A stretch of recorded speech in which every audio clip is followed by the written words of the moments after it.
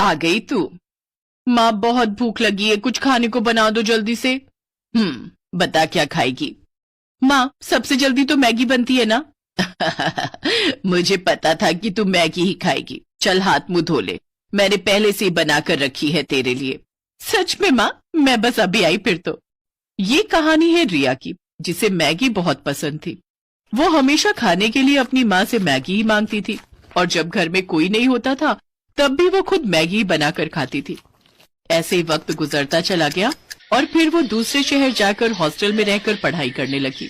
और फिर एक दिन,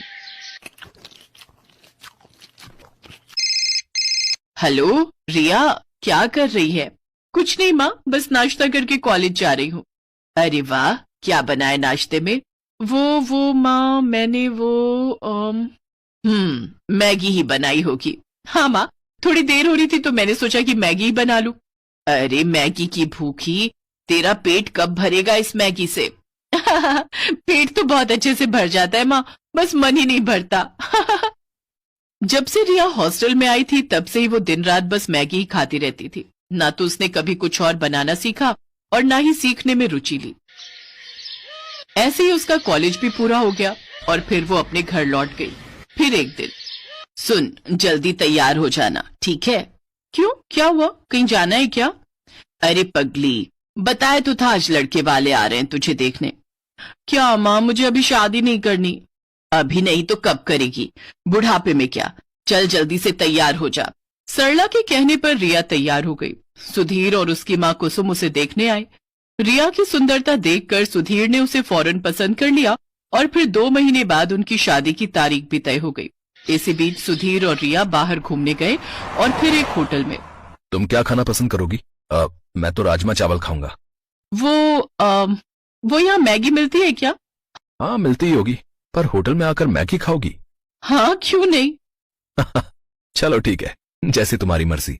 उस दिन सुधीर को समझ आ गया था कि रिया को मैगी बहुत पसंद है, लेकिन कितनी ज्यादा पसंद है ये तो उसे मालूम होना अभी बाकी था। फिर उसी शाम, रिया देख अब तेरी शादी होने जा रही है, अपने ससुराल में जाकर उन्हें क्या खिलाएगी? बस मैगी?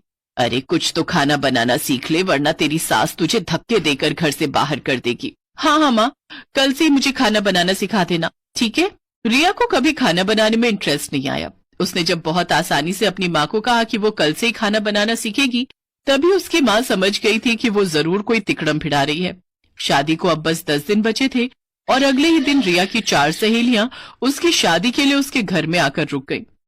सरला समझ गई कि अब वो उसकी सहेलियों के सामने उसे क्या ही खाना बनाना सिखा पाएगी, और हुआ भी वही जिस बात का सरला को डर था। शादी की तारीख आ गई, पर असली कहानी तो अब शुरू होने वाली थी। शादी के ठीक 2 दिन बाद, रिया बेटी यहाँ आओ। जी माँ जी। हमारे यहाँ रिवाज है कि नई बहू दूसरे दिन खाना बनाती है। आज सुधीर के फूफा जी और मौसा जी खाना खाने आएंगे, तो तुम एक काम करो, 3-4 तरह की बढ़िया सब्जी वगैरह बना लो। अगर तुम कहो तो मैं लग जाती हूँ तुम्हारे साथ। नहीं नहीं माँ जी, मैं कर लूंगी। रिया ने उस वक्त तो अपनी सास को हाँ बोल दिया, लेकिन अब उसकी हालत खराब हो रही थी, क्योंकि बचपन से उसने मैगी के अलावा कुछ और बनाना सीखा ही नहीं था। वो किचन में गई और झट से अपना फोन खोला और अलग अलग रेसिपीज खोलने लगी। उसने तय किया कि वो फोन से देखकर 3-4 तरह की डिश बना लेगी। उसने खाना बनाना शुरू किया, लेकिन कुछ ही देर में उसके पसीने छूट गए। चावल जल चुके थे, मटर पनीर में मटर तो थे पर पनीर पूरा घुल चुका था। कढ़ी कच्ची थी और भिंडी में नमक तेज हो गया था। रिया समझ गई कि आज उसकी शामत आने वाली है। तभी बाहर से उसकी सास की आवाज आई, बेटा रिया, खाना बन गया हो तो ले आओ, सब लोग इंतजार कर रहे हैं। उसने झट से बर्तन गैस पर चढ़ाए और उनमें पानी उबलने के लिए रख दिया, और ठीक 10 मिनट बाद वो खाने की टेबल पर उन्हीं बर्तनों को लेकर आई। अरे वाह, बहू ने तो काफी कुछ बना लिया। लाओ बेटा, बड़ी जोर की भूख लगी है। हाँ भाई साहब, सही कहा, भूख तो जोरों की लगी है। जैसे ही मौसा जी ने पहला बर्तन खोला, वो चौंक गए क्योंकि उसमें मैगी थी। हैं? बहू ने तो मैगी बनाई है? दूसरा बर्तन खोलिए भाई साहब, उसमें होगा कुछ। मौसा जी ने जब दूसरा बर्तन खोला तो उसमें भी मैगी ही थी। इसमें भी मैगी है? जी, ये वाली वेज मैगी है मौसा जी। अच्छा, और बाकी बर्तनों में कौन सी मैगी है बहू रानी? जी, वो तीसरे वाले बर्तन में मसाला मैगी और उस वाले में अंडा मैगी है, खाकर देखिए, बहुत बढ़िया बनाई है मैंने। रिया की बात सुनकर उसकी सास कुसुम ने अपना माथा पीट लिया और उधर सुधीर के फूफा जी और मौसा जी एक दूसरे का मुंह ताकने लगे। लेकिन रिया ने इस घटना के बाद भी खाना बनाना नहीं सीखा। उसकी सास कुसुम ही सबके लिए खाना बनाती थी। फिर एक दिन कुसुम खाना बनाते हुए अचानक किचन में बेहोश हो गई और फिर अस्पताल में। देखिए, अब इनकी उम्र हो रही है, बेहतर है कि ये ज्यादा से ज्यादा आराम करें। और हाँ, खाने में इन्हें हेल्दी फूड दीजिए, जैसे सूप, पनीर, दूध, दही, अंडे से बनी चीजें। घर का खाना खाएंगी तो जल्दी से ठीक हो जाएंगी, वरना कमजोरी बढ़ती ही जाएगी और फिर बड़ी मुश्किल हो जाएगी। रिया और सुधीर कुसुम को घर ले आए, लेकिन रास्ते भर ना तो कुसुम ने और ना ही सुधीर ने उससे कुछ कहा। फिर अगले दिन जब कुसुम सोकर उठी तब, चलो अब फटाफट सबके लिए नाश्ता बना देती हूँ। जैसे ही कुसुम किचन में जाने लगी तभी रिया उसके पास आई। उसके हाथों में पराठे और सब्जी थे और आंखों में आंसू। पराठे जले हुए थे और सब्जी कच्ची थी।